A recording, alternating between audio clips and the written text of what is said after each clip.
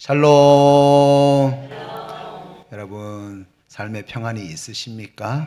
오늘 설교 제목은 원래의 표이지요. 더 큰 은혜의 바다로, 더 큰 은혜의 바다로라는 제목으로 함께 하나님 말씀 나누도록 하겠습니다. 그 영국 캠브리지 대학에 스터드라는 학생이 있었습니다. 그는 캠브리지 대학에서 수석이라는 성적을 가지고 있었고 탁월한 크리켓 선수였습니다. 사진을 한번 보세요. 정말로 잘생겼죠. 키도 크고.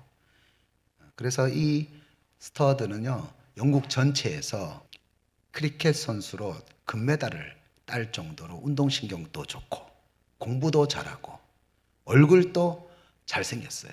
그런데 어느 날 집회에 참석하게 되고 중국 선교사가 되기로 작정을 합니다. 그래서 스터드가 중국에서 선교사로 10년 정도를 사역한 뒤에 건강에 문제가 생겨가지고 다시 이제 영국으로 돌아가서 투병 생활을 하다가 다시 아프리카로 가기로 작정을 합니다. 수많은 사람들이 말렸어요. 그런데 하나님의 복음을 향한 그 열정을 아무도 말릴 수가 없었습니다. 후에 이 사람은 웩 선교회를 창립하는 사람이 되는데요. 그가 이런 말을 남겼습니다. 우리에게 허락된 한 번뿐인 인생도 곧 지나갈 것입니다. 우리가 하나님을 위해 했던 일만 영원히 남을 것입니다. 이렇게 이야기를 했습니다. 오늘 본문은 예수님께서 이사야 61장 1절에서 2절까지의 그 말씀을 인용한 그런 내용인데요. 바로 메시아가 되시는 예수님의 사명선언문입니다. 예수님이 이 땅에서 어떻게 사명을 감당해야 하는지 설명서예요. 그래서 본문의 말씀을 통해서 더 큰 은혜의 바다로 나아가기 위해서 우리가 어떻게 살아가야 하는지 이 예수님의 사명선언문을 통해서 함께 은혜를 나누도록 하겠습니다. 더 큰 은혜의 바다로 나아가기 위해서 우리가 어떻게 살아가야 할까요? 첫 번째는 나를 향한 복음이 있어야 합니다. 오늘 본문은 예수님께서 광야에서 40일 동안 금식 기도를 하신 다음에 고향인 나사렛 회당에 들어가셔서 설교하신 본문입니다. 그렇기 때문에 정말로 중요한 본문이에요. 예수님의 사명선언문이라고 할 수가 있습니다. 18절을 보면은 이렇게 시작이 되지요.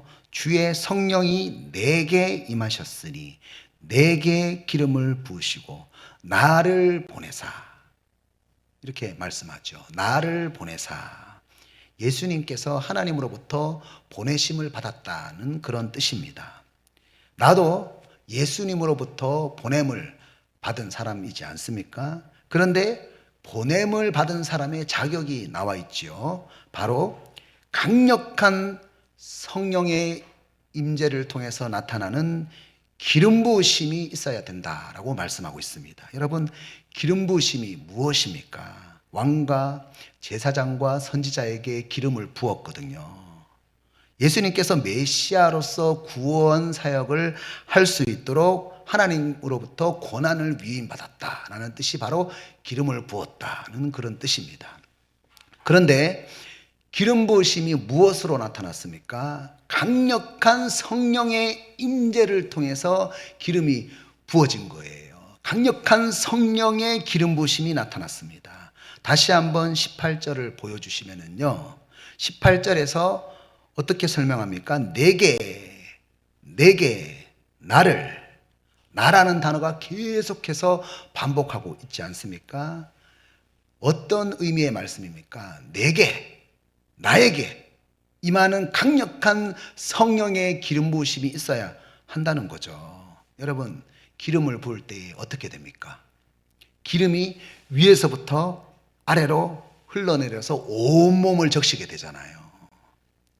온몸이 성령의 기름 부으심으로 인해서 코팅이 되는 겁니다. 쉴드 되는 거죠. 그러니까 성령이 내 안에 강력하게 임재할 때에 사탄마귀의 어떤 공격에도 흔들리지 않는 그런 온몸에 나를 이 땅에 보내신 하나님의 뜻으로 코팅이 되게 된다는 겁니다. 그런데 여러분, 우리가 살아가는 세상이 어떻습니까? 어둠의 세력들이 나를 혼란스럽게 할 때에 내가 왜 살아야 하는가에 대한 그 의미를 찾지 못할 때가 너무 많다는 거예요. 인생에 있어서 내가 왜 이렇게 혼란스럽게 살아가야 하는가, 의미를 찾지 못할 때가 있다는 거예요. 예수님이 나를 세상에 보내기 위해서 사명 선언물을 주셨는데도 불구하고 이런 영적인 혼란 때문에 사명 선언문을 행할 능력을 잃어버릴 때가 많다는 거죠.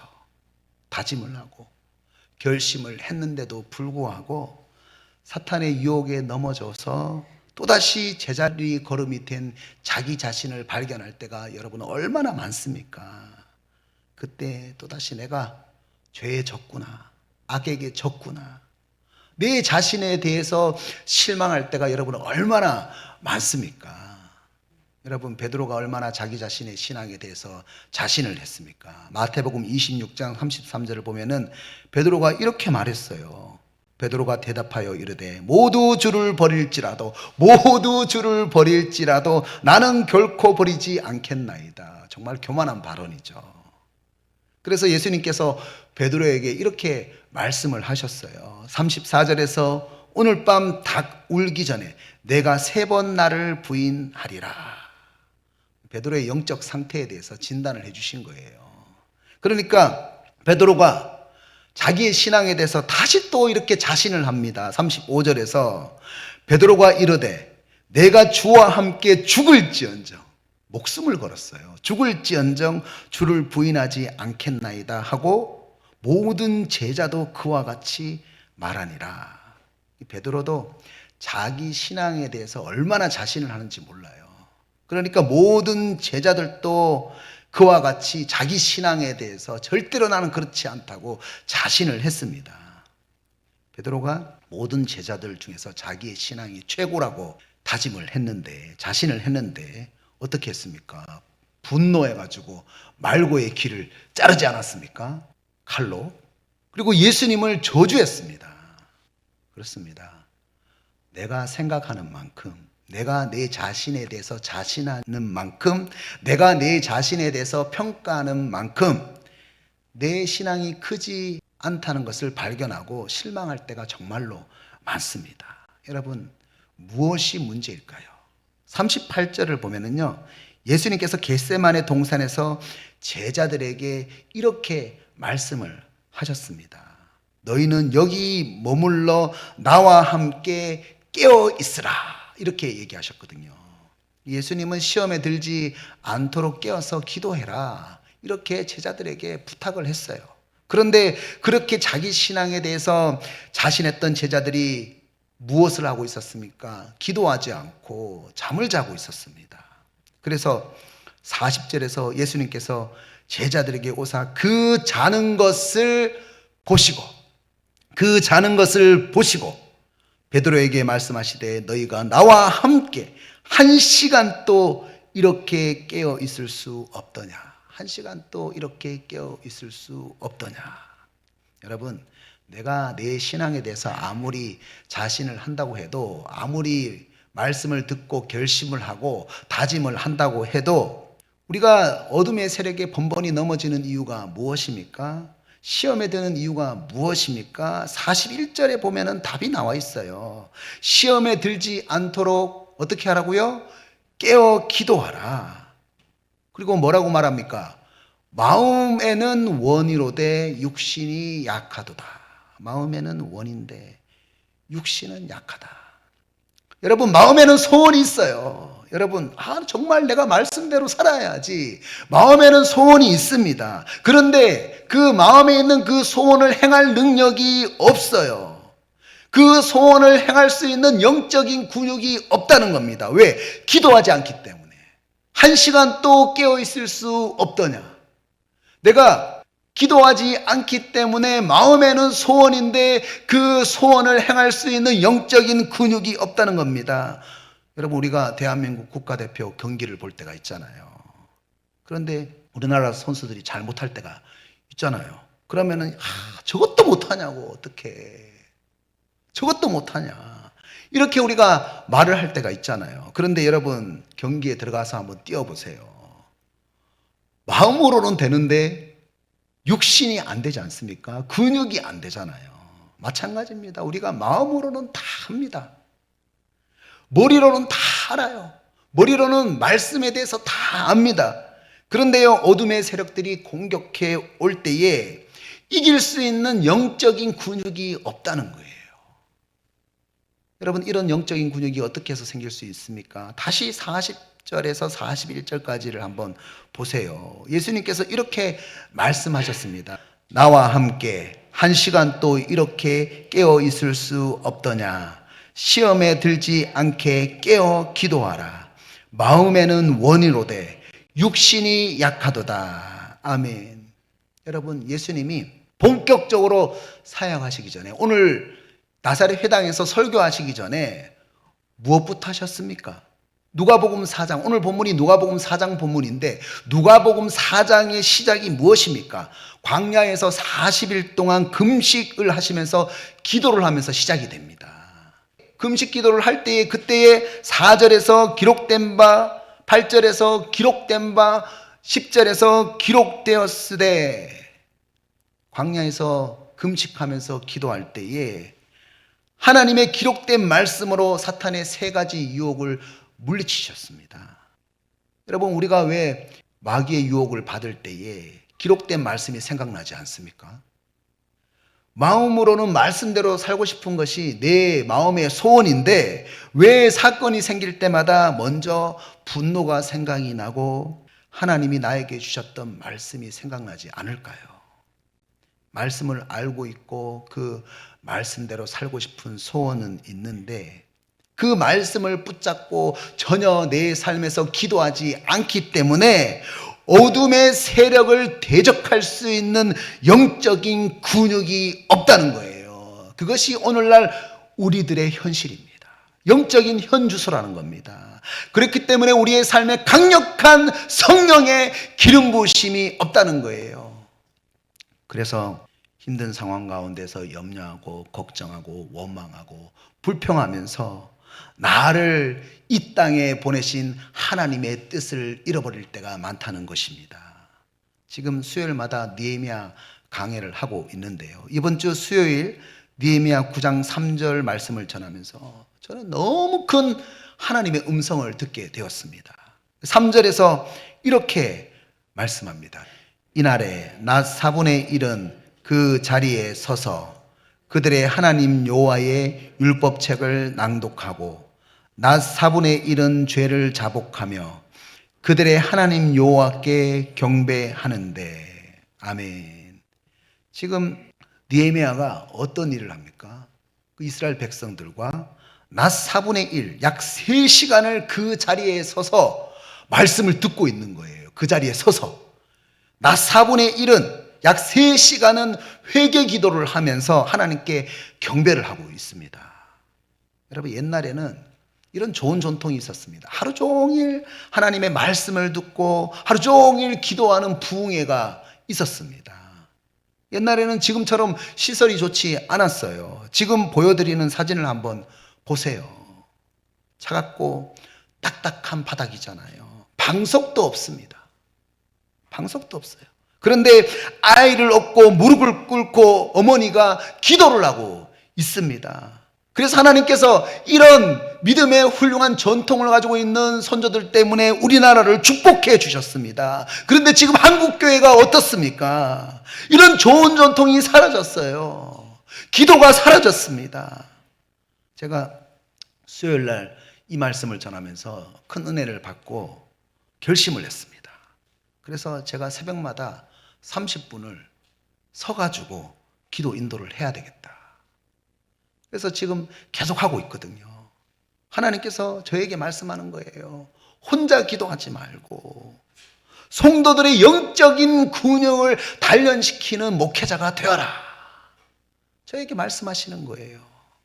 그런데 새벽에 강단에서 이제 일어서서 기도하는데 계속 주님이 이 말씀을 생각나게 하시는 거예요. 1시간 또 깨어 있을 수 없더냐? 1시간 또 깨어 있을 수 없더냐? 이 말씀을 생각나게 하시는 거예요. 그래서 새벽에 30분 기도를 한다면 성도들에게 저녁에 자기 전에 30분 기도하게 해야 하나? 이런 생각을 제가 하고 있었습니다. 그리고 제가 금요기도에 이제 시편을 차례대로 강의를 하고 있잖아요. 말씀을 준비하기 위해서 시편 그 4편을 묵상을 하는데 제가 깜짝 놀랐습니다. 제가 그런 생각을 하고 있었잖아요. 새벽에. 그런데 말씀을 묵상을 하는데 시편 4편이 어떤 내용입니까? 다윗이 하루 동안 받았던 그 곤란, 스트레스와 분노를 잠자기 전에 다스리는 저녁 기도의 내용인 거예요. 제가 깜짝 놀랐습니다. 하나님께서 우리 교회 성도들에게 바라시는 거예요. 영적인 근육을 단련하기 위해서 아침에 30분 동안 기도하고 저녁에 30분 동안 기도해라. 주님이 저를 통해서 말씀하시는 거예요. 그렇습니다. 나를 변화시키지 못하는 복음은요, 다른 이들을 변화시킬 수가 없습니다. 여러분, 내 힘으로 내 자신을 변화시킬 수 있습니까? 없어요. 기도할 때에 영적인 근육이 생기게 되어서 그 영적인 근육을 통해서 사건이 생길 때마다 말씀이 생각이 나야지 우리가 사탄 마귀의 유혹을 이길 수가 있다는 것입니다. 여러분, 내가 변화되어야지 내가 행복한 거예요. 내가 행복해야지 다른 사람들을 행복하게 만들 수가 있는 거예요. 여러분, 힘든 운동을 하는 선수가요, 운동 근육이 많으면은요, 힘들지가 않아요. 힘들지가 않아요. 뛰는 것이 즐겁습니다. 마찬가지예요. 우리 삶이 어렵잖아요. 그런데 우리가 영적인 근육이 충만하면은 여러분, 어떤 어려움 가운데서도 그 어려움 가운데 뛰는 것이 힘들지 않다는 것입니다. 그래서 나를 변화시키려면 어떻게 됩니까? 기도의 습관을 만들어야 되는 거예요. 말씀의 습관을 만들어야 되는 거예요. 여러분, 아무리 좋은 말씀을 듣는다고 해도 내가 하루에 30분도 기도하지 못하는 그런 체력이라면, 내가 하루에 1시간도 기도하지 못하는 체력이라고 한다면 우리는 마귀의 유혹에 넘어질 수밖에 없습니다. 주님께서 나에게 맡기신 그 사명을 내가 감당해야 되겠습니다. 그 소원이 내 마음 가운데에 있다면 우리가 그 소원을 이루어드리기 위해서 영적인 근육을 만들어야 한다는 것입니다. 그래야지 우리의 삶에 시험이 들지 않을 수 있다는 겁니다. 여러분, 주님이 우리에게 비전을 주셨어요. 이 말씀을 꼭 기억하시고 말씀의 자리로, 기도의 자리로 나아가셔서 영적인 근육을 키우시기를 주님의 이름으로 축복합니다. 축복합니다. 여러분, 더 큰 은혜의 바다로 나아가기 위해서 이제 어떻게 살아가야 합니까? 두 번째로, 이웃을 향한 복음이 있어야 합니다. 오늘 본문 18절을 보면은요, 어떤 사람이 나옵니까? 가난한 자, 포로된 자, 눈먼 자, 눌린 자가 나옵니다. 이 사람들의 공통점이 무엇입니까? 사회적 약자들이에요. 약하고 힘이 없는 사람들입니다. 스스로 자신의 삶을 지탱할 수 있는 힘이 없기 때문에 누군가의 도움의 손길이 필요한 사람들입니다. 예수님은 이런 사회적인 약자들에 대해서 관심이 많으셨어요. 이 사회적인 약자들에게 복음을 전하고 제자로 세우기 위해서 이 땅에 오셨다는 거예요. 오래전 한 TV 프로그램에서 한 여학생이 키 작은 남자가 싫다고 하면서 오늘날의 키는 경쟁력이다, 이렇게 인터뷰를 하면서 키가 180이 되지 않는 남자는 루저다, 패배자다, 이렇게 이야기를 해서 사회적으로 큰 파장이 일어났습니다. 오늘날 사회는 지나친 성장주의로 인해서 다른 이들과 나를 비교하게 만들고 열등하게 만들어서 하나님의 작품으로서, 하나님의 형상으로서 존재의 가치를 잃어버리고 살아가는 그 사람들에 대해서 돌봐야 하는 존재로 바라보지 못하고 패배자로 만들고 있습니다. 우리가 이렇게 사회적 약자에 대해서 잘못된 시선으로 바라보게 되고 돌보지 못하는 이유가 무엇입니까? 여러분, 복음의 메시지와 복음적 삶이 분리되었기 때문입니다. 잘못된 복음적 메시지가 우리를 오염시켰기 때문이에요. 그래서 예수님은 19절 마지막에서 이렇게 말씀하셨습니다. 사실 이 말씀을 푸는 키가 19절입니다. 주의 은혜의 해를 전파하게 하려 하심이라. 원어로 주빌리라고 하는데요. 희년을 의미합니다. 은혜의 해는 희년을 의미합니다. 하나님은 50년마다 한 번씩 모든 사회를 원위치 시키려고 계획을 하셨어요. 그래서 희년에는 모든 땅의 원위치가 일어납니다. 내가 땅을 경제적 어려움 때문에 팔았어요. 그런데 50년마다 한 번씩 다시 팔았던 주인에게로 돌아가는 거예요. 또 혹시 경제적인 어려움으로 인해서 자녀들을 종으로 팔았다고 하더라도 희년이 되면은 다시 원래대로 돌아가는 거예요. 여러분, 복음이 무엇입니까? 오늘 예수님께서는 주의 은혜해를 전파한다라고 말씀하셨거든요. 그래서 복음이라고 한다면 복음적 메시지만을 복음을 얘기하는 것이 아니라 바로 우리의 삶에 희년의 삶이 나타나는 것, 그것이 바로 복음적인 삶입니다. 여러분, 오순절날 마가 다락방에서 120명이 성령 체험했을 때에 어떤 역사가 일어났습니까? 모두가 자기의 것을 자기 것이라고 하지 않고 모든 사람들과 나누는 그런 희년의 축복이 일어났어요. 그런데 오늘날 기독교는 지나친 기복주의와 지나친 성장주의를 마치 복음인 것처럼 부추겨서 오염시켜서 모두가 원래의 위치로 돌아가게 하는 은혜의 해, 그 희년의 삶을 복음적 삶을 통해서 전하지 못하고 있습니다. 18절에서 가난한 자에 대해서 말씀하고 있는데요. 당시 부자들은요, 가난한 자들에 대해서 그들의 아픔에 대해서 돌보지 않고 경멸했습니다. 왜 그렇게 생각을 했냐면은 게으르기 때문에 가난해졌다고 단정했거든요. 내가 부자가 된 것은 내가 성실하고 부지런하고 유능하기 때문이다. 당신이 가난하게 된 것은 그렇지 않기 때문에 가난하게 된 것이다. 그래서 가난한 사람들에 대해서 돌보지 않았습니다. 요한계시록을 보면은 하나님께서 차지도 않고 뜨겁지도 않은 라오디게아 교회 성도들의 신앙에 대해서 꾸중을 하시거든요. 요한계시록 3장 18절에서 이렇게 말씀합니다. 내가 말하기를 나는 부자라 부요하여 부족한 것이 없다 하나 내 공고한 것과 가련한 것과 가난한 것과 눈먼 것과 벌거벗은 것을 알지 못하는도다. 아멘. 여러분, 진정한 영적인 부요함이 무엇입니까? 그들을 죄인이라고 정죄하면서 말로만 예수 믿으라고 하는 것이 아니라 18절에서 말씀하듯이 복음이 뭡니까? 은혜의 해를 전파하는 거예요. 은혜의 해를 전파하는 거예요. 죄의 포로가 된 사람들에게 자유를 주기 위해서 죄의 눈이 먼 사람들이 다시 볼 수 있도록 희년의 삶을 내 삶 가운데에 보여주면서 돌봄의 손길을 보여주면서 복음을 전하는 것이 진정한 영적인 부요함이라는 것입니다. 하나님은 우리 교회가 이 지역사회의 가난한 자와 포로된 자와 눈먼 자들을 돌보면서 복음을 전파하기를 원하십니다.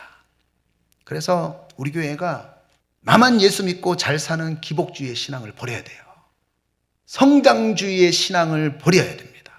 그리고 우리가 어떤 신앙으로 거듭나야 됩니까? 바로 희년의 신앙으로 변화되어야 되는 거예요. 한국교회가 이 복음에 대해서 얘기할 때에 은혜의 해를 전파해야 된다. 예수님께서 처음 나사렛 회당에서 설교하셨던 이 은혜의 해, 희년의 복음에 대해서 얘기하지 않습니다. 그래서 저는 올해 표 더 큰 은혜의 바다로라는 주제를 정하면서 은혜의 해를 전파하게 하려 하심이라. 여기서 나온 거거든요.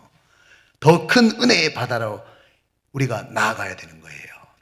그래서 소주제로 성령의 임재, 돌봄의 손길, 복음의 전파로 제가 정하게 됐는데 말씀 안에 다 있는 거예요. 여러분, 성령의 임재와 그 복음의 전파 사이에 무엇이 있습니까? 돌봄의 손길이 있습니다. 돌봄의 손길이 있어요. 여러분, 우리 한국 기독교에 부족한 게 뭡니까? 복음을 전파는 하는데 돌봄의 손길이 없는 거예요. 여러분, 성령의 임재 가운데에 복음을 전파할 때에, 그 성령의 임재가 복음의 전파로 나타날 때에 우리의 교회가 성육신적인 교회가 되기 위해서는, 우리의 삶에 하나님의 형상이 나타나기 위해서는 돌봄의 손길이 있어야 되는 거예요. 하나님의 성품이 우리의 삶에 나타나야 한다는 것입니다. 그것이 나눔을 통해서 나타나야 한다는 거예요. 하나님은 가뭄으로 인해서 마지막 한 끼를 아들과 차려먹고 죽으려고 하는 그 사르밧 과부 집으로 엘리야 선지자를 보냈어요. 그리고 그 집에서 얻어먹으라고 하셨습니다. 여러분, 말이 됩니까? 좀 부잣집에 보내시지, 한 끼 먹고 죽으려고 하는 그 집에 왜 하나님은 보내셨을까? 이때 이제 사르밧 과부는 원망하고 불평하지 않고 그 마지막 먹고 죽으려고 했던 그 작은 떡을 하나님 앞에 엘리야 선지자에게 내놓습니다. 그때 여러분, 어떤 기적이 일어났습니까? 비가 내릴 때까지 통에 가루가 떨어지지 않고 병에 기름이 떨어지지 않는 기적이 일어났어요. 하나님께서 이 사르밧 과부에게 무엇을 가르쳐 주고 싶으셨습니까? 가뭄이라는 어려움 가운데서도 내가 나누는 존재라는 사실을 잊지 마라. 가뭄이라는 어려움 속에서도 너는 축복의 통로라는 사실을 잊지 마라. 하나님께서 그 사실을 알려주고 싶으셨던 것입니다. 그것이 바로 무엇입니까? 믿음인 거예요. 하나님은 오늘 우리 교회에게 이 믿음을 요구하고 계십니다. 또 나에게 이 믿음을 요구하고 계신다는 것입니다. 누군가가 저에게 이런 말을 했어요. 재정이 되어서 나누는 것이 아니라 나누면 주님이 채워주십니다.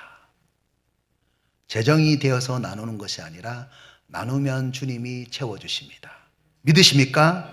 저는 이 말이 계속 하나님의 음성으로 제 마음속에 깊이 새겨지는 거예요. 그래서 제가 원래 우리 교회가 해야 할 일을 절대로 축소하지 않겠다. 절대로 그 해야 할 일을 축소하지 않고 거기에 들어가는 재정을 내가 축소하지 않겠다. 제가 다짐을 했습니다. 칼 바르트는 이렇게 말했습니다. 타인의 아픔을 외면하는 기독교는 단순한 종교에 지나지 않는다. 여러분, 우리는 타인의 아픔을 돌보는 교회가 되어야 합니다. 어려움 속에서도, 가뭄이라는 어려움 속에서도 우리가 나누면은요, 주님이 우리의 삶에 하나님의 일을 할 수 있도록 부어주시는 거예요. 여러분, 이 말씀을 꼭 기억하시고 나만을 위하는 복음이 아니라 이웃을 향한 희년의 삶을 통해서 복음을 전파하시기를 주님의 이름으로 축복합니다. 이제 말씀을 적용하겠습니다. 존 메가더 목사님은 이렇게 말했습니다. 나는 세상에서 성공하는 것보다 하나님께 쓰임받는 사람이 되고 싶습니다. 이렇게 얘기를 했어요. 누가복음 4장 18절에서 19절 말씀은 예수님의 사명선언문입니다. 사람들이 잘 몰라요. 복음이라고 얘기했을 때에 우리가 집중해야 될 말씀이 주의 은혜의 해를 전파하게 하려 하심이라. 함께 따라서 고백해 볼까요? 주의 은혜의 해를 전파합시다. 무슨 얘기냐면 희년의 삶을 보여주면서 전파합시다라는 의미입니다. 하나님께서는 오늘 이 시간 예수님의 사명선언문이 우리 교회의 목회 철학이 되기를 원하십니다. 저는 사실 이 말씀이 오래전부터 제 목회 철학이었어요. 여러분, 더 큰 은혜로 나아가기 위해서 우리가 어떻게 해야 합니까? 첫 번째로 나를 향한 복음이 있어야 됩니다. 여러분, 나를 변화시키는 강력한 성령의 기름 부으심이 있어야 합니다. 여러분, 그래서 우리가 어떻게 해야 됩니까? 말씀의 근육을 키워야 돼요. 기도의 근육을 키워야 합니다. 두 번째로 이웃을 향한 복음이 있어야 됩니다. 왜곡된 기복주의, 성장주의 신앙으로 사람들을 정죄하고 탐욕으로 하나님을 바라보는 것이 아니라, 여러분, 탐욕이 우상이라고 했거든요. 탐욕이 우상 숭배라고 했거든요. 이스라엘 백성들이 왜 금송아지를 만들었습니까? 하나님을 자기의 탐욕을 채워주는 신으로 바라봤거든요. 하나님은 그것을 우상 숭배라고 했어요.